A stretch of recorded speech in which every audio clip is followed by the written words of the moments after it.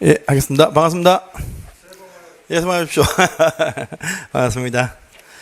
자, 오늘부터 우리 심화 과정입니다. 심화 과정에서 9주 수업입니다. 9주. 하루 4시간씩 해서 수업하겠습니다. 심화 과정입니다. 심하게 조금 어려운 부분이 아니고 심하게 반복을 많이 해서 나올 것만 다 하겠습니다. 뭐 지엽적인 부분도 안 합니다. 제가 책을 썼지만 이 책에서 반은 필요가 없습니다. 반은 필요 없고 반만 딱 보시면 합격에는 아무런 문제 없는 점수가 나옵니다. 예. 자, 일단 처음 뵙는 분이 계시니까 저 3월 9일까지입니다. 2차는요. 예. 자, 저는 조민수입니다. 조자, 민자, 숫자, 터서 강의합니다. 주택관계법규입니다. 우리 2차에 포함되어 있죠. 주택관계법규, 요 강의랍니다. 주택관리와 관계에 있다 해서 법규 중에 있습니다. 강의하는데요. 우리 2차에 포함되었습니다. 2차. 근데 저희 시험은요, 먼저 앞서가지고 1차입니다. 1차를 먼저 합격을 하셔야만이 2차를 응시를 할 수 있습니다. 그래서 1차가 중요합니다. 민법 있죠. 그리고 이제 회계 원리, 그리고 이제 시설 개론이 있습니다. 요 세 과목인데요. 이것을 여러분 계속 중심적으로 지금 심하지만 1차, 2차 함께 하시면요. 2차 과정보다는요. 1차에 더 좀 주안점을 주십시오. 2차는 수업만 나오시고 7월 달에 오시면 또 다시 반복이 되어집니다. 그러니까 1차, 2차 함께 하시면 1차를 위주로 공부를 좀 많이 하시고요. 2차는 수업만 나오신다 하시면 됩니다. 그래서 2차를 뭐 지금부터 암기할 게 많은데 그 암기를 위해서 지금부터 열심히 애를 쓸 필요가 전혀 없습니다. 다 암기되어지니까 암기 말고 어떻게 흘러간다 흐름만 딱 타놓으시고 기본적인 어떤 용어에 대한 어떤 이해만 딱 해놓으시면 2차는 아무런 문제가 없습니다. 그래서 1차에 주안점을 두시고 공부를 좀 많이 해주십시오. 2차만 하시는 분 안 계시죠? 2차만 하신다. 예. 그러면 이제 1차를 함께 하시면 1차 위주로 공부를 하시고 2차는 수업만 이렇게 나오시면 되겠습니다. 아시겠죠? 총 9주, 2차를 총 9주 수업을 합니다. 하루에 4시간씩 합니다. 그래서 36시간 동안 강의합니다. 충분하게 모든 상을 다 보십니다. 그래서 시험 나올 모든 상을 다 정리를 하겠습니다. 자, 수업은요, 1교시, 2교시, 3교시 본 수업을 합니다. 하고 나서 4교시 때 반입니다. 반은 본 수업하고 나서 이제 복습, 그날 배우신 복습을 문제 정리 통해서 하겠습니다. 문제풀이 매주 나갑니다. 그래서 통해서 복습을 하시고요. 또 그 다음 주 오시면 1교시 때 다시 전에 했던 시간들 한 20분 동안 또 반복을 또 합니다. 반복을 또 해서 한 번 더 기억을 하시고 나서 본 수업 진행 이렇게 쭉 갑니다. 그래서 이렇게 계속 반복은 한 2번씩 할 테니까 반복을 통해서 이해만 해놓으시고 열심히 공부하려고 2차는 하지 마십시오. 아시겠죠? 1차 위주로 민법 시간 많이 걸립니다. 계속 읽어보시고요. 회계 원리 문제 푸시고 해보십시오. 그래서 1차가 중요합니다. 자, 이제 다 아실 거니까 이제 우리 관계법규에 대한 상세한 설명은 안 하겠습니다. 안 하고요. 그냥 13가지 법률입니다. 한 100개 이상의 관련 있는 법률이 있는데 다 보진 않고요. 13개에 관한 법만 우리 시험 과목에 포함을 시켜 놓은 것이 주택관계법규입니다. 주택관리와 관계 있는 법이 참 많습니다. 많지만 요 중에서 13개만 가지고 평가를 한다 하시고요. 13개 중에서도요. 여러분들 5개 법률이 중요합니다. 5개. 그래서 바로 배우실 주택법하고요. 공동주택관리법 하고요. 그 다음에 민간임대주택에 관한 특별법, 민간임대주택법, 그리고 공공주택 중에서도 공공주택에 관한 법률 이거 하고요. 그 다음에 건축법 요 5가지만 신경을 써놓으시고 나머지 법률들은요. 신경을 안 써셔도 됩니다. 지금 사실 보실 필요가 없습니다. 없고요. 나중에 7월달부터 보셔도 큰 문제가 없습니다. 없으니까 공부는요. 주택법, 공동주택관리법, 그리고 건축법 요 세 법률이 관 범위가 좀 넓습니다. 그래서 요 세 법률 중심이고 민간공공임대법은요. 또 이것도 쉽습니다. 쉬워. 그러니까 크게 주안점을 두지 마시고 주택법과 공동주택관리법과 건축법 요 세 법만 가지고 지금 정리해 놓으시고요. 다른 법은 무시해도 큰 문제가 없습니다. 그래서 7월 달부터 7월, 8월, 9월 동안 하루 일주일에 2일씩 합니다. 이때 충분하게 다 전체적인 내용이 다 수업이 되어집니다. 그때 집중 암기하시고 지금은요. 흐름만 타시면 됩니다. 흐름만 타십시오. 예, 그래서 이렇게 하시고요. 자, 시간이 아까우니까 이런 식의 재반 설명을 이제 하지 않겠습니다. 하지 않고 바로 소개하겠습니다. 자, 일단 첫 번째입니다. 바로 주택법이 나옵니다. 주택법부터 바로 보겠습니다.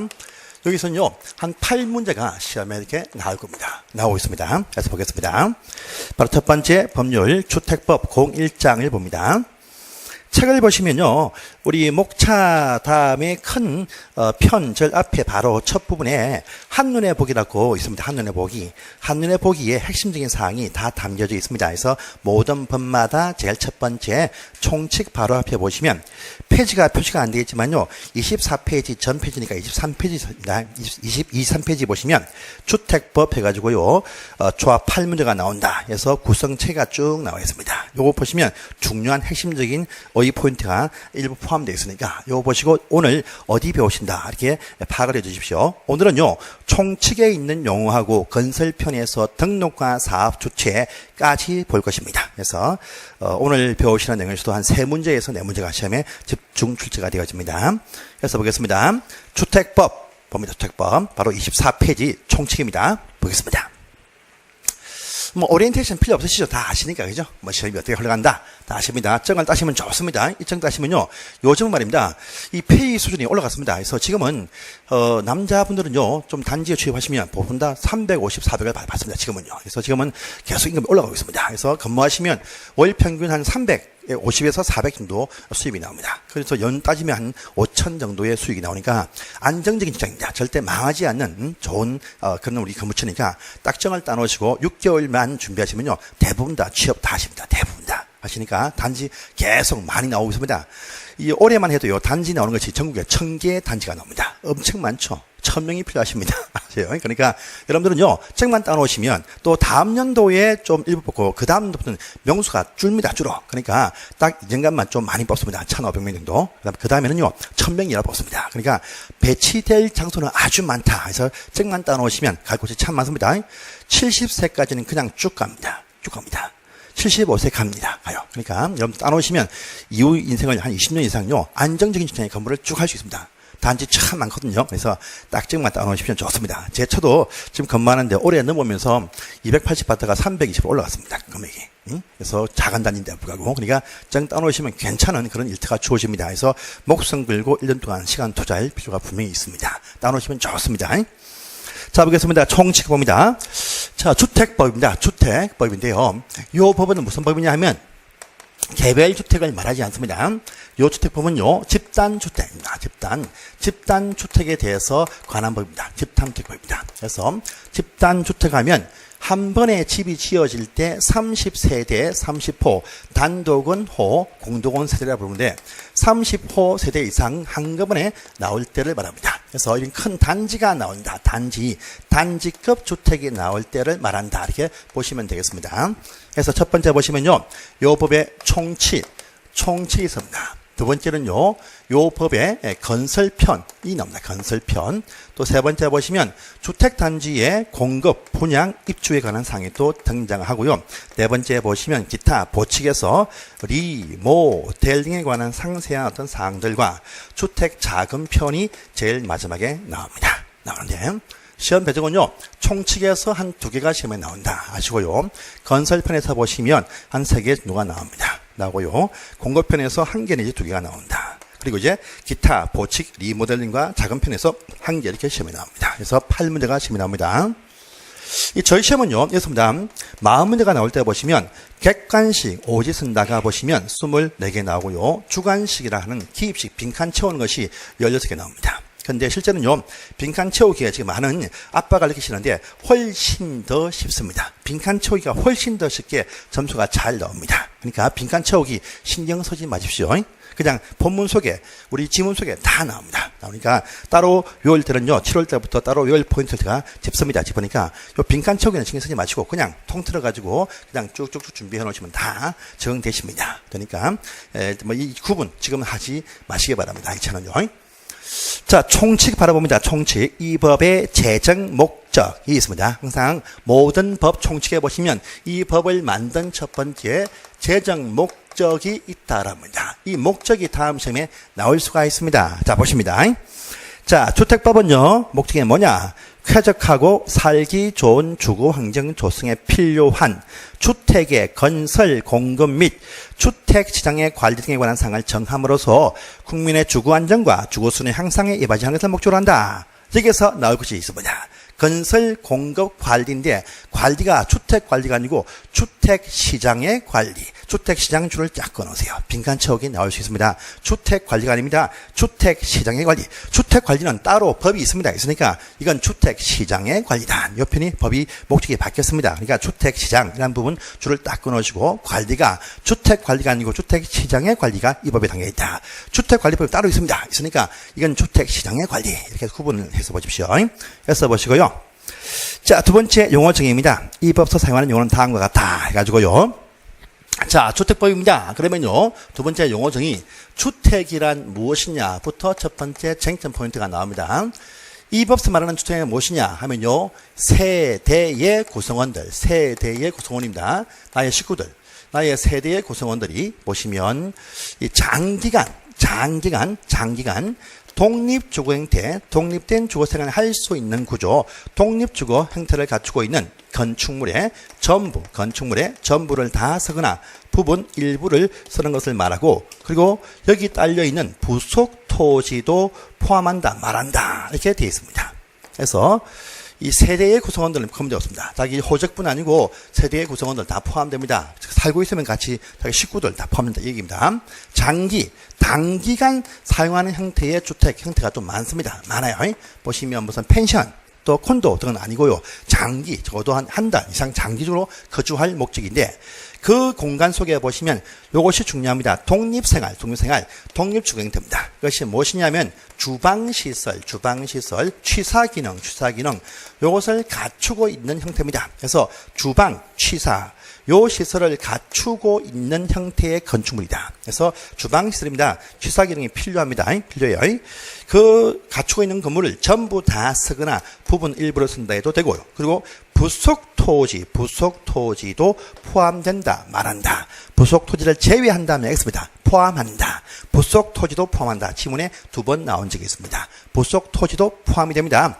공동주택은 지분권 말하고요. 단독은 자기 마당을 말합니다. 다 포함됩니다. 다 포함돼요. 그러니까 부속 토지도 포함된다. 여러분 주택에 딸린 지분권 있죠? 토지 지분권 포함된다는 말입니다. 포함된다. 부속 토지를 말한다. 포함됩니다. 포함돼요. 제외한다면 X 되겠습니다. 자, 그런 집단 주택이 나올 때 보시면, 크게 보시면요, 단독주택으로 건설이 되기도 하고요. 그리고 보시면 공동주택으로 건설되기도 한다 해서 요 주택이 단독과 공동주택으로 구분을 한다, 이렇게 되어 있습니다. 단독과 공동입니다.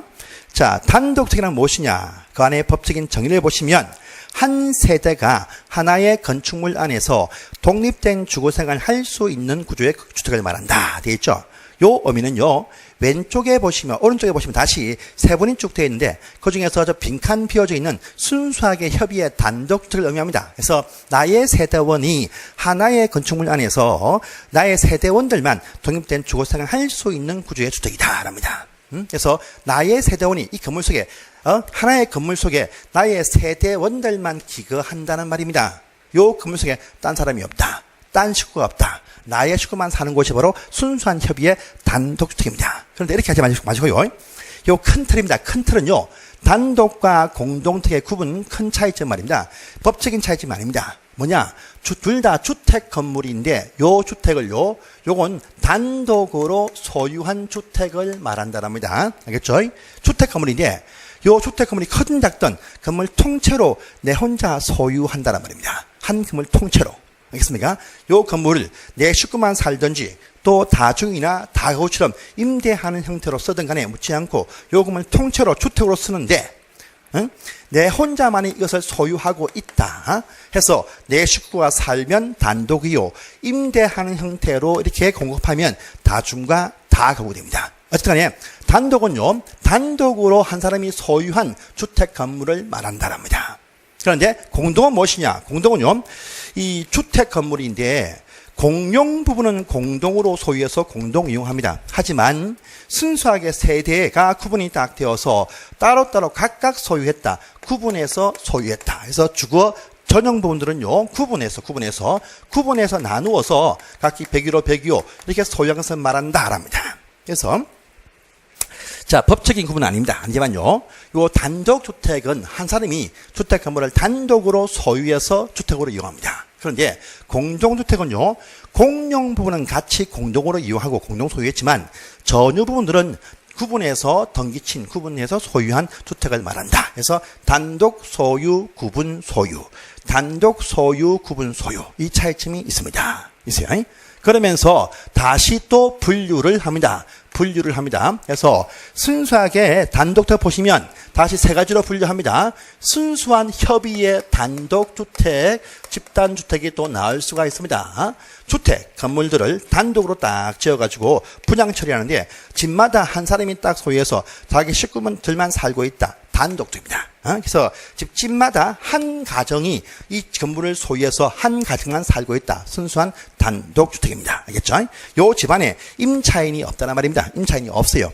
임차인이 없이 순수하게 나 혼자 소유해서 내 식구만 살게 하는 공간입니다. 큰 닥터는 묻지 않습니다. 그것이 순수하게 협의의 단독주택입니다. 그래서 왼쪽 밑에 있는 그 단독주택의 본문에 있는 어휘가 바로 협의의 단독을 의미합니다. 주택 건물을 한 사람이 소유해서 나의 세대원들만 살고 있는 장소다. 이것이 단독입니다.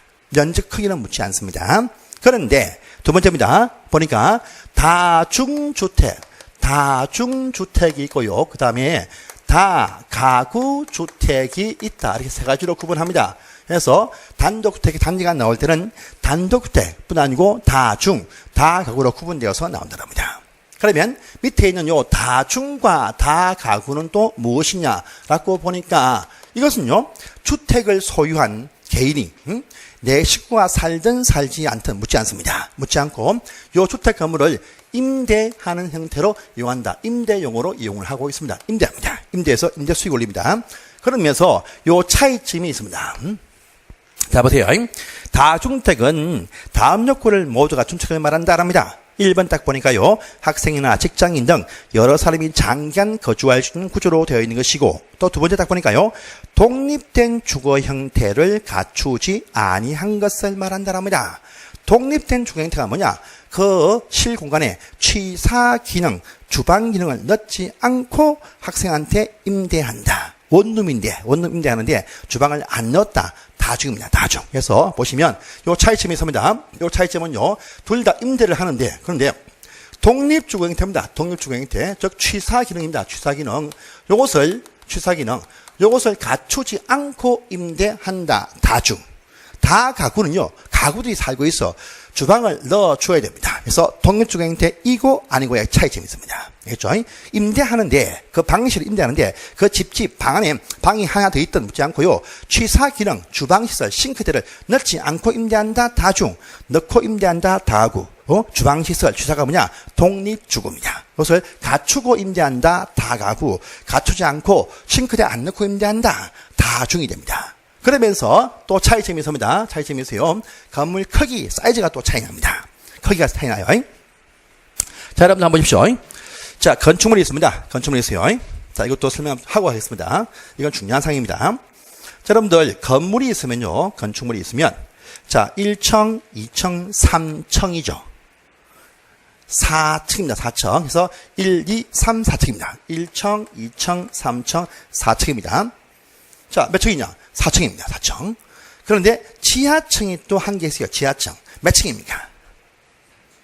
4층이죠. 예? 지하층이 있어도 이거 뭐냐? 4층이면 4층. 지하층은 청수라는 곳에 포함이 안 됩니다. 청수에 포함이 안 됩니다.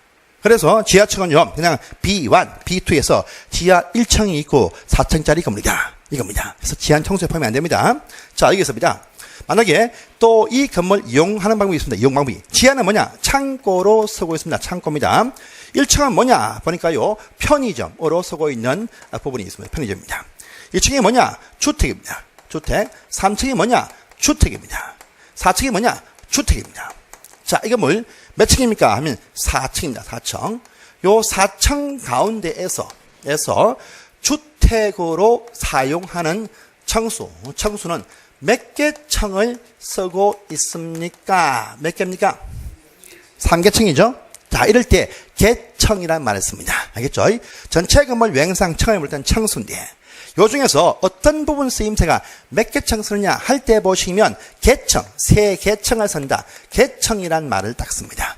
청수는 묻지 않고요. 개층 나오면 청수는 묻지 않는다. 요 안에서 특정 쓰임새로 쓰는 건물 종류가 몇 개층 쓰느냐 하면 세 개층을 쓴다 할 때 개층이라는 말을 합니다. 개층.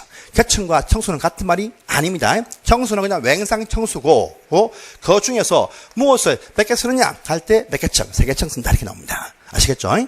자, 또 있습니다. 자, 보니까 요 창고 면적이 얼마냐? 보니까 창고 요 벽 사이입니다. 벽 사이가 딱 지어보니까요, 100제곱미터가 딱 나왔습니다. 100제곱미터. 편의점 얼마냐? 보니까 편의점 요 1층 벽 사이에가 보니까 100을 쓰고 있는 100을 딱 쓰고 있어요. 주택 또 보니까 벽 사이가 100을 쓰고 있는 100제곱미터. 이것도 100제곱미터. 이것도 100제곱미터라고 합니다. 요 100이 무엇이냐면요, 각 지하층 창고로 쓰는 요 바닥 면적이 얼마냐? 바닥 면적이 100이 된다. 100이 된다. 이렇게 말합니다. 그리고 편의점 쓰는 1층 바닥 면적이 얼마냐? 100이 된다. 바닥 면적입니다. 바닥 면적. 그래서 층별로 따로 띄어서 면적 말할 때는요, 각 층별로 바닥 면적이다. 이렇게 말합니다. 바닥 면적. 밟는 바닥 면적. 자, 보시면 지하층 바닥 100, 1층 바닥 100, 2층 바닥 100, 3층 바닥 100, 4층 100인데 이걸 다 합쳐보면 얼마 나옵니까? 500이죠. 500이 나옵니다. 전부 다 합쳐보니까 500이 나왔습니다. 500. 이 500이 무엇이냐 부를 때요, 하나의 건물에 각 층 바닥을 다 합한 것이다. 통틀어서 규모를 묻습니다. 규모. 연건평이라 부르는 바로 연면적이다. 연면적. 그래서 건물 층별로 바닥이 있는데 이 건물을 전부 다 합한 것이 무엇이냐 부를 때 연면적이 된다라고 합니다. 해요. 그러면 이 건물은요, 층수가 4층이고 지하 한 층이 있는데 이 건물의 총 규모 연면적은 얼마냐? 물으면 500입니다. 500. 그렇죠? 그런데 주택으로 쓰는 요 세 개층, 주택으로 쓰는 요 세 개층, 하나, 둘, 세 개층, 요 세 개층만 주택으로 쓰는 요 세 개층만 바닥 면적을 합하면 얼마 나옵니까? 300이죠. 300입니다. 각 층별로 바닥 면적이 있는데 다 합하면 연면적이라고 표현합니다. 하나의 건물 총 사이즈 물 때는 항상 연면적 이렇게 표현합니다. 그런데 요 연면적 500 가운데에서 주택으로 서는 부분의 바닥은 얼마입니까? 이렇게 물을 때 바닥 면적의 합계라 부릅니다. 주택으로 서는 요 세 개 층만 바닥 면적을 합쳐보면 300이 된다. 이런 표현 나올 때 바닥 면적의 합계라는 표현 나오면요, 전체 건물 다 합한 것이 아니고 그 중에서 일부 층만 띄어서 합쳐서 물을 때 바닥 면적의 합계라는 표현을 씁니다. 알겠습니까? 계속 반복합니다. 그래서 전체 건물 다 물을 때는 연면적, 그 중에 일부만 띄어서 물을 때는요, 바닥 면적의 합계 이렇게 표현합니다. 전체 건물 층수를 물으면 그냥 몇 층, 4층. 요 중에서 특정 세임수만 띄어서 물을 때는요, 몇 개 층을 쓰느냐, 개층이 나옵니다. 개층과 바닥의 합계가 나오면 일부만 띄어서 말하는 말이다. 이렇게 하시면 되겠습니다. 아시겠습니까? 전체 건물 토탈에서 물을 때는 층수 몇 층이냐, 몇 층이다 하는데 그 중에서 일부 몇 개 층만 띄어서 쓰임새를 딱 띄어서 물을 때 개층이라는 말을 쓰고, 전체 건물 토탈한 면적은 연면적인데 일부만 딱 띄어서 물을 때 바닥 면적의 합계라는 표현을 씁니다. 그래서 이제 책을 딱 보시면 그런 표현이 나옵니다. 그래서 보세요. 다중주택에 2번 보니까 독립주거 형태를 갖추지 아니한 것이다 되어 있어요. 취사시설이 없다는 말이죠. 관련해 있습니다. 3번 보시면 한 개 동에서 주택으로서는 바닥 면적의 합계가 330 이하이고 주택으로서는 층수가 3개층 이하일 것을 요구한다 랍니다. 보니까요, 다중 보세요. 다중원 보시면 다중원 구분됩니다. 자, 전체 건물 층수, 요 층수 가운데에서 주택으로만 서는 층수가 3개층 이하일 것이고, 그리고 또 동시에 전체 건물 연면적 가운데에서 주택만 다 합한 요 3개층만 합한 면적, 바닥 면적의 합계가 얼마입니까? 330제곱미터 이하인 것을 말한다 되어 있죠. 여러분, 한 평이 뭐죠? 한 평은 3.3제곱미터인 거 아시죠? 한 평은요, 3.3제곱미터. 이건요, 330이다 하면 100평. 요 건물 속에서 다중으로 쓰는 부분 다 합한 것이 100평까지만 써주다 말이에요. 100평까지. 자, 이 얘기입니다. 보면, 한 사람이 건물을 소유했습니다. 이 건물 주인입니다. 건물주인인데, 1층의 편의점. 볼게요. 요 건물입니다. 요 건물을 한 명이 소유하고 있습니다. 건물주인. 이 건물주인이 지하는 창고로 임대하고 있고, 1층은요, 편의점 임대하고 있고, 2층은 반을 쪼개어서 방을 몇 개 딱 내어서 원룸으로 임대합니다. 4층도 원룸으로 임대를 합니다. 3층도. 자기가 딱 살고 있습니다. 집주인. 요 건물 주인인데, 요쪽은 보니까 요 3개층인 주택인데, 밑에는 주방을 넣지 않고 원룸으로 임대를 하고 있습니다. 임대하고 있어. 원룸으로. 그러면 요 건물이 무엇이냐 딱 물으면, 자, 주방 시설 없이 임대하는 공간들 쫙 나오죠. 전부 다 뭐냐? 다중주택입니다. 다중주택. 청수는 묻지 않고 요 건물 속에서 주택이 하나, 둘, 세 개 층을 가지고 임대하는데 요걸 다 합하니까 330 이하입니다. 안에 주방을 안 넣었어. 그러면요, 다중주택이 된다란 말입니다. 알겠습니까? 주방 안 넣고, 싱크대 안 넣고요, 3개층까지 임대하는데, 합한 것이 330 이하이다. 하면 요것은요, 다중주택이 된다랍니다. 3개층 이하이면서 바닥합계 330 이하를 말합니다. 자, 그러면 또, 여기 뭐냐, 다가구는 또 무엇이냐, 랍니다. 전체 건물 청수 가운데에서 보세요. 보시면, 밑에 보세요. 다우주택 해서, 자, 일단 1번 보시면 주택으로서는 청수가 3개층 이하일 것이다. 그래서 이것도 3개층까지 임대합니다. 3개층까지. 이것도 3개층까지입니다. 3개층까지 임대하는데 요건 주방을 넣고 임대합니다. 임대해요. 하면서 전체 건물 연면적 가운데에서 주택으로서는 그 3개층의 바닥 면적의 합계가 얼마 되겠습니까? 이번에 있죠? 660 이하이죠. 이번에 보시면 한 개 동에서 주택으로 서는 부분의 바닥의 합계는 660제곱미터 이하이다. 그래서 이건요, 200평, 660제곱미터 이하인 형태로 임대하는 것을 말합니다. 다가구는 이것도 똑같이 임대하는데요. 요 4층 가운데서 3개층을 임대합니다. 임대하고 있어. 그런데 주방을 넣고 임대합니다. 주방을 넣고. 전체 다 합한 것이 이건요, 200평, 660 이하까지 가능하다 합니다. 방실 한 2개 넣고 이렇게 임대하면 좀 커지겠죠. 이렇게 해서 보시면 660 이하이다. 그러면서 요 다가구는요, 임대 가구 수가 전체에서 19가구, 19세대까지만 가능하다라는 것이 또 이어서 나와 있어요. 그래서 3번에 보시면 19세대 이하가 거주할 것이다 되겠습니다.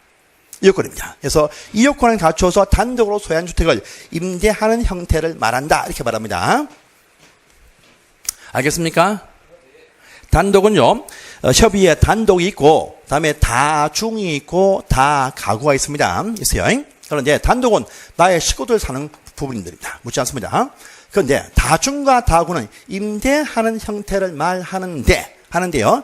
보시면 독립주거 형태를 갖추고 할 때는요, 다가구, 독립주거 안 넣고 주방 안 넣어주면 다중입니다. 이면서 요 건물 전체 청수 가운데에서 주택으로서는 청수가 둘 다 3개층까지만 가능한데, 또 차이점이 요 3개층까지 합한 그 공간 바닥 면적의 합계가 다중은 330 이하, 공동은요, 다가구는 660제곱미터 이하 이렇게 말합니다. 요 차이점이 있습니다. 자, 보시고요. 그러면 다시 그 밑에 공동주택 봅니다. 공동주택. 이란 무엇이냐? 책을 딱 보니까요.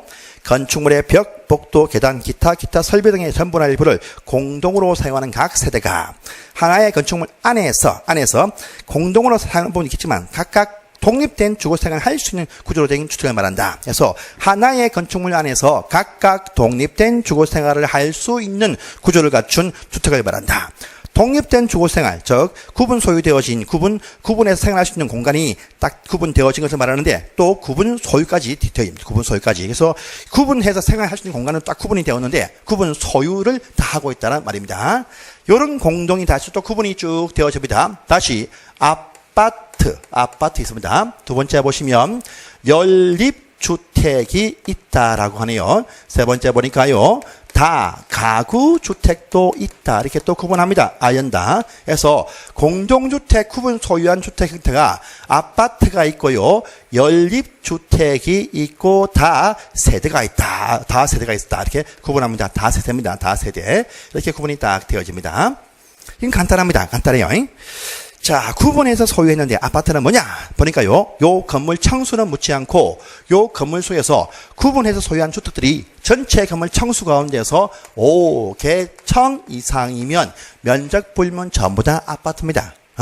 요 건물 청수는 묻지 않고요, 구분 소유한 주택이 하나, 둘, 셋, 넷, 5개만 딱 나왔다. 이건 아파트가 됩니다. 나머지 부분들 오피스, 뭐 호텔, 각종 어떤 판매시설 쓴다 할지라도 요 건물 속에 주택이 하나, 둘, 셋, 넷, 5개 층이 딱 나면 아파트가 됩니다. 복합 건물이죠.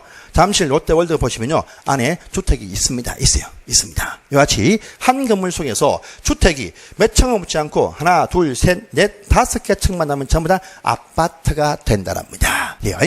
그러면 두 번째입니다. 연립과 다세대주택은요, 필연적으로 5개층이면 안 됩니다. 이 건물 속에서 무조건요, 4개층까지만 구분해서 소유한 주택으로 쓸 수가 있다. 입니다. 건물 청수는 묻지 않고 그 안에서 구분해서 소유한 것이 4개층까지만 딱 주택이 있더라. 합니다. 그러면 이 경우인데, 요 두 개의 차이점은 또 무엇이냐? 요 4개층까지 이하, 그 부분만 바닥 면적을 합한 것을 비교를 딱 해보니까 200평, 660제곱미터를 초과하는 넓은 평수를 가진 주택은 연립이요, 이하인 중소형 평수 가진 빌라는 다세대. 이렇게 보면 큰 차이점 없습니다. 큰 평수 빌라 연립, 작은 평수 빌라 다세대 봅니다. 그런데요, 옛날 연립 보시면, 보세요. 평수가 크게 나옵니다. 청수가 2층입니다. 4개층 이하. 집이 엄청 많이 붙어 있습니다. 다 평수는 작지만 합하면 면적이 600이 초과하겠죠. 이것도 연립입니다. 연립. 4개층까지 이하인데 한동 건물 속에서 주택을 다 합한 것이 200평을 초과하면 연립, 이하이면 다세대. 요 차이점이 있습니다. 그래서 공동의 차이점입니다. 그래서 보시고 이제 하나 더 보겠습니다. 하나 더 봅니다. 지금 저 뒤에 건축법하고 같이 매칭이 될 사항인데요. 여러분, 건물 청수 뽑을 때, 청수를 이야기할 때요, 건물 청수 가운데에서 1층이 필로티라는 것이 있습니다. 필로티가 있어요. 필로티가 무엇이냐라면, 건물 1층 부분에서요, 벽이 없이 뚫린 공간, 텅텅 빈 뚫린 공간인데 주차장으로 써 있습니다. 같이 건물 필로티가 참 많아요. 필로티는 말입니다. 건물 청수에 포함이 됩니까? 안 됩니까? 청수에? 네? 청수에 포함은 됩니다. 보통 건물은 다 포함돼요. 청수에, 일반 건물들 전부 다 청수에 포함이 됩니다. 청수에 포함돼요. 상가다 1층 잡혀버립니다. 아시겠죠? 그런데 이것이 주택으로 쓸 때 이것을 공제해 주는 경우가 있습니다. 전부 다 안 됩니다. 여기 단독주택, 다중 제외 안 해줍니다. 그 밑에 4가지만 제외해 줍니다. 다 가구와 아파트 연립 다시 됩니다. 그래서 위에는 안 되고요, 다 가구부터만 제외될 수가 있습니다. 보십니다. 그래서 자, 볼까요? 일단은 거기 다 가구주택 다 다시 봅니다. 다시 보면서 그 안에 1번 딱 보세요. 1번에 주택으로 쓰는 청수가 3개층 이하인데 다만 단서 보십니다. 1층 전부나 일부가 필로티 구조로 사용할 때 나머지 부분들이 주택이 아닐 때 청수에서 제외한다. 보이십니까? 보이시죠? 이걸 상세하게 보기 위해서 저 뒤 갑니다. 저 뒤에 건축법 가볼게요. 건축법. 자, 건축법 편 잠깐 봅니다. 잠깐 갔다 올게요. 자, 건축법 가시면 저 뒤편에 페이지 380페이지입니다. 380페이지입니다. 보세요. 건축법을 준용하기 때문에 요 다 같이 이야기합니다. 380페이지 보시면 이런 말이 보입니다. 이런 말 보여요. 똑같이 왼편에 보시면 다번에 다 가구 주택 해가지고 역시 관로 1번 보시면 나와 있습니다. 3개층까지 이해할 것이다. 다만 1층 전부 또는 일부가 필로티 구조이고 나머지 부분들은 주택 외의 용도 쓰면 해당 층을 주택 청수에서 제외한다 라고 나와 있습니다. 이 말은요, 보세요. 자, 그 말하고 다시 오른편 볼까요? 오른편에 이번에 공동주택은 보시면 공동주택 해가지고요, 세 번째 줄 봅니다. 자, 다만 가목과 나목에서, 저 가는 아파트, 나목은 연립입니다. 아파트와 연립에서는 청수를 산정할 때 1층 전부가 필로티 구조를 할 때 청수에서 제외해주고, 다목인 바로 다 세대주택은 똑같습니다. 1층의 전부나 일부가 필로티이면서 나머지 부분이 주택 외 용도 쓸 때 청수에서 제외한다. 했어요. 다 세대와 다 가구와 같은 형태고 아파트 연립에 또 분리가 되어집니다. 보시면 이렇습니다. 자, 보시면 이제 여기입니다. 다 가구입니다. 다 가구. 다 가구와 다 세대 보시면 둘 다 보시면요. 공통점은 뭐냐? 공통점은 요것은 3개층이야. 요것은 3개층이야. 요것은 4개층이야. 4개층이야. 근데 공통점은요. 바닥 면적의 합계가 둘 다 660제곱미터 이하인 것을 말합니다. 둘 다 빌라 형태진 규모 작은 형태의 빌라처럼 보입니다. 빌라처럼. 그래서 빌라처럼 딱 보입니다. 3개층만 딱 지었다 합니다. 만약에. 그런데 1층이 전부나 일부가 필로티 구조이면서 나머지가 상가로 쏘여 있어요. 상가다. 상가주택이 여기서 나옵니다. 1층이 전부나 일부가 필로티면서 나머지가 상가 등의 주택이 아니야. 주택으로 서지 아니하면서 나머지는 주택으로 쏘여 있습니다. 주택입니다. 이럴 때입니다. 상가주택은 1층을 청수에 빼줍니다. 빼줘. 1층에 전부나 일부가 필로티이면서 나머지가 상가 등의 주택이 아닌 걸로 쓰면 요 청수에서 빼주니까 3개층으로 보는 것이죠. 그런데 아파트입니다. 아파트와 연립주택은요. 보시면 청수가 아주 높은 아파트이거나 또 넓은 평수의 빌라 주택이 이거나 간에 요 아파트와 연립은 1층이 전부 다 필로티 구조일 때 청수에서 빼줍니다. 그런데 다 가구와 다 세대는 1층이 전부나 일부가 필로티고 나머지가 주택이 아닌 것으로 쓰면 청수에서 제외해준다. 그런데 아파트와 연립은 1층이 몽땅 다 필로티 구조일 때 청수에서 제외해준다. 요 4가지만 청수에서 제외해주고요. 나머지 건물은 전부 다 1층에 청수가 잡혀버립니다. 필로티가. 요 4가지. 우리 법률에 보시면 기타 건물 청수 제외한 거 없습니다. 일절 없어. 아파트와 연립과 다 세대와 다 가구가 이 요건을 갖추고 있으면 청수에서 제외해준다. 그 외 건물은 제외한 것이 없습니다. 없습니다. 해서 건영이 나옵니다. 예. 네. 당연히 전체가 다 필로티이어도 청수에 제외해주죠. 전부나 일부가 필로티. 예, 전부나 일부가 다 필로티면 청수 제외. 그런데 일부가 필로티면서 상가다 해도 제외.